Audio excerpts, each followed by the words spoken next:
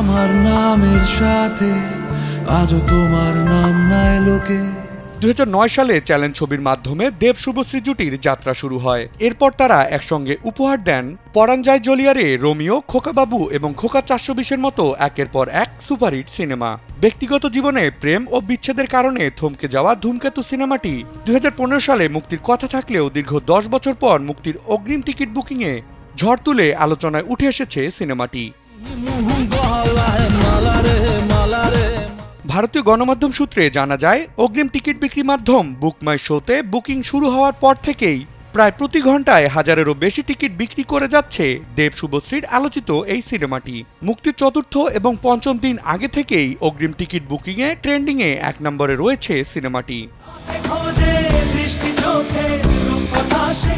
ভারতের সিনেমা হলগুলোতে বাংলা ছবির সঙ্গে হিন্দি ছবি মুক্তি পেলেই টলিউড সিনেমা সংকটে পড়ে যাওয়া নতুন কিছু নয়, কিন্তু দেব শুভশ্রীর আসন্ন সিনেমা পাল্টে দিয়েছে সে দৃশ্য। ইতিহাসে এই প্রথমবার ওয়ার 2 এবং কুলির মতো বিগ বাজেটের দুটি বলিউড সিনেমার সঙ্গে ক্লাশ করা সত্ত্বেও সিনেমা দুটির সম্মিলিত অগ্রিম বুকিংকে ছাড়িয়ে গেছে ধূমকেতু এবং বিক্রি করেছে 21,000-এরও বেশি টিকিট। দর্শক চাহিদার কথা মাথায় রেখে বাংলা সিনেমার ইতিহাসে এবারই প্রথমবারের মতো সকাল 7টায় সাউথ সিটির INOX-এ শো চালু করা হয়েছে। এদিকে কলকাতার এক সিনেমা হলের কর্ণধার পোস্ট করে লিখেছেন, ধূমকেতুর অ্যাডভান্স বুকিং যেভাবে বাড়ছে তা সত্যি অবিশ্বাস্য।